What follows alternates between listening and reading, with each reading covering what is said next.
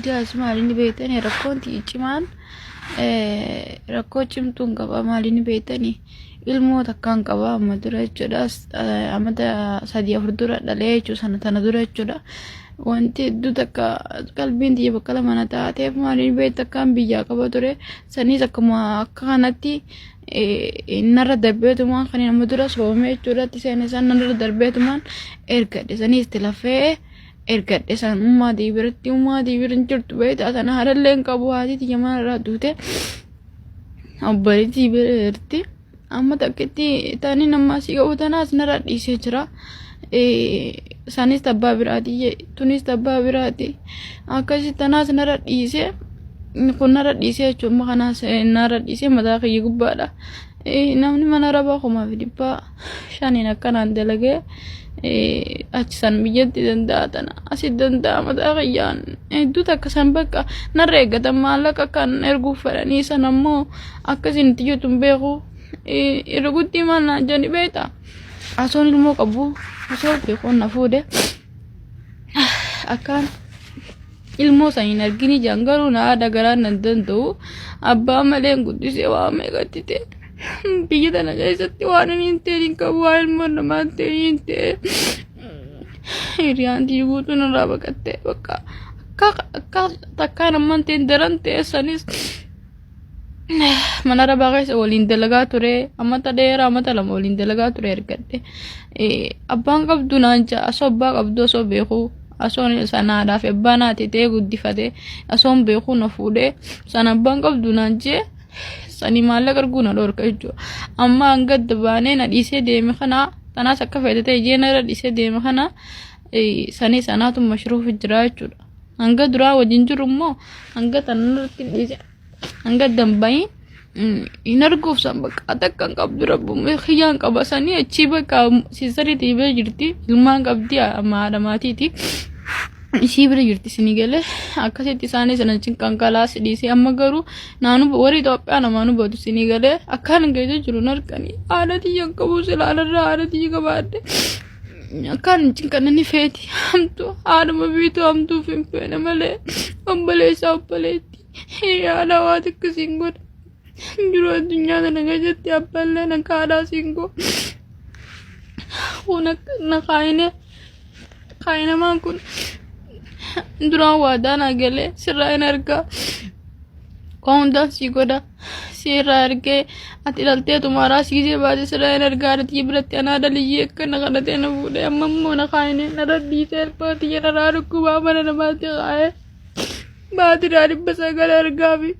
oromoo sheernaa godha isinii galee akkasii narraa dhukkubee ture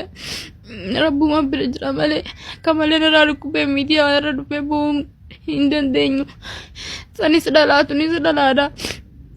namni galaanuma dogongoree lammata dogongoreetti seenee hin kaane mujee obboleeyyan kiyya dhiisee faamiliitii dhiisee saamni kiyya na jibbee ijoolleen hiriyaa ijoolleen deeranii na jibbite maalle kana alika isu diidanii warri akkana beeku kanan beekin narraa baqate mana nollagu odidee jira mana kiraa maallaqa narraggee alabbee jechuudha ilmoo wajjin dalagaa dhabee mana namaa dalagaa atoo ilmoo tiyya rumburii ulaarraa talkonnee adan gattaa'ee laariin biraa deeme akkasi mana rabaa 500 dalagaa ilmoo ta'anii biyya dabarsa asitti 1,000 takka ergaa fi 500 biyya dabarse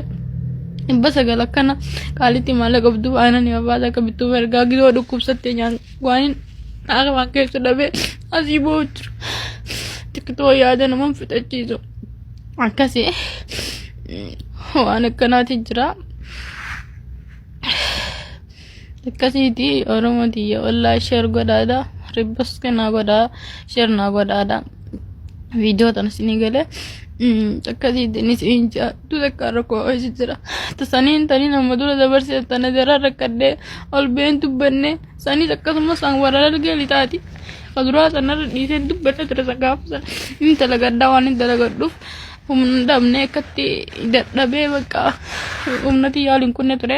dalagadhee callee ergadhe oka kaadhee mana rabaa dalaguu ture san dabarsee tanatti illee amma lama booda kanas seene nasobee bakkaatan waadaa nagalii nama guddaadha gartee nama buriin guddaati hiriyaan xiyya fuutee ilmaan qabdi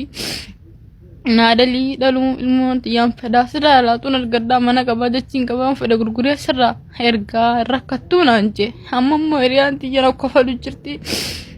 waa meeqa na tuffatanii fuula isaanii dhaabbadde ana tola natti oolanii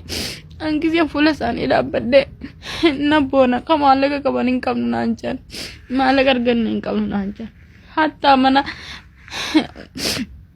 gara dargee lixaa bira galu ture mana isaa jechuudha mana kadhaan naggeen irraa ba'ee nama anti galfadhaa naan jee dhiira warra dargee lixaati ilmoo daa'imaan harkaa qaba mana zuumii seenee taa'u rakkadhee obboleeyyan kaniin as keessaa qabu obboleeyyan kiyyan garaa waliin na jabeessee jechuudha nan fedhan bakka obboleeyyan kiyya fuula isaanii ture na dhaabee obboleeyyan kiyya akka nama du'e qabrii na kaa'anii jiran nan fedhanii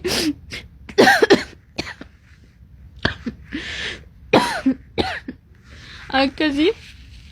numa jira malee nama du'ee qabrii jiru jechuudha